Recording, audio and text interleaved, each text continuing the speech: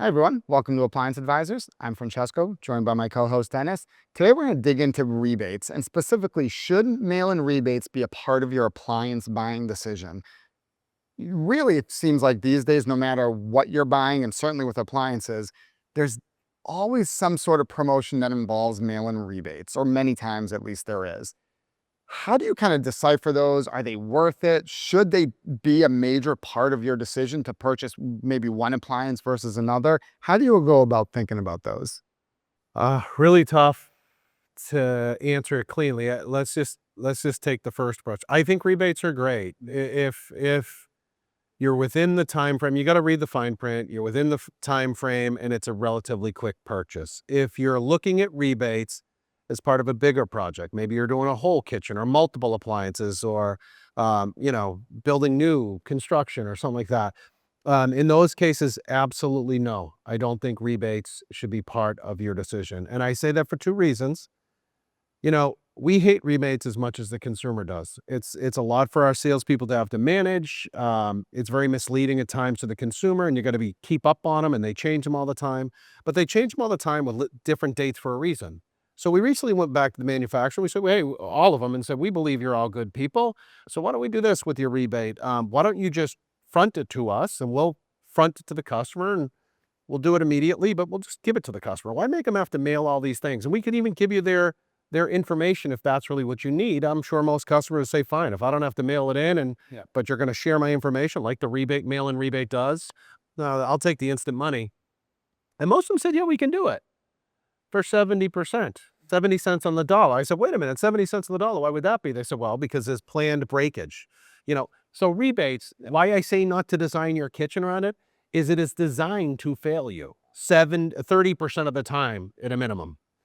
And you get caught up in that. Now we add fire to that in times of constraint of appliances, like we think we'll feel in the tariff issue right now. And we certainly felt in COVID, because some of those dates are out of control for you, that you couldn't take delivery because the product wasn't available. Now, I will also say most manufacturers in the end did what was right, but it was painful. And I always say this to customers. If it's part of a bigger project and you don't know when you're going to take delivery, and you can't look at that piece of paper and say, ooh, my project will be done by June 5th and I have to mail this in by June 1st. Whew, I made it. If you can't say that definitively, then pick your appliances and be okay with the price of the appliances as they are, and respectfully consider rebate found money. And if at the time that you take delivery, there's a rebate that can be written for you to get some of that money back, amazing, then take advantage. But otherwise, a lot of times you'll let down or feel misled if you really only focused on a rebate, and that was whether or not you could afford the appliance itself alone. Absolutely. And this is where just the rebates, like you said, they are so difficult. And, nobody tries to do more to make a buying experience easier and smoother for a customer, really, than we try to do here at Yale. But even through rebates, like, it's always been even difficult for us to try to help and massage those issues that customers may have with rebates with the manufacturers. They can be really difficult. So as a consumer, it's like you need to make sure, like you said, I'm buying it today and I'm taking it right away. I will make sure I am handling the rebate. You cannot depend on a store to do it for you. You need to make sure, if that rebate is a definitive part of your buying decision, you need to make sure you know all the ins and outs of that, and that there is not going to be any issues, because there is just a lot of traps with delays, not even just delays in the product, but when you need to submit the rebate by.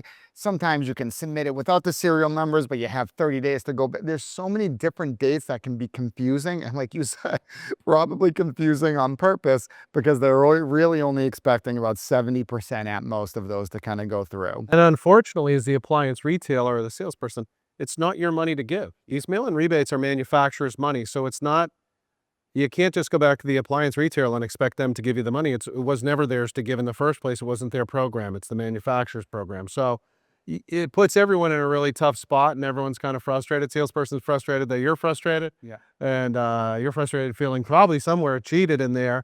And it may just not have been the fact that it was articulated well that these things are designed to be dicey and cagey for a reason. Absolutely. So if you're looking at mail-in rebates and you're taking delivery right away, those can definitely be great. Make sure you know all the ins and outs. But if your project is a little bit further out, like you said, consider those a bonus if they do come through. And don't forget to follow us on social media for appliance tips and updates from Yale Appliance.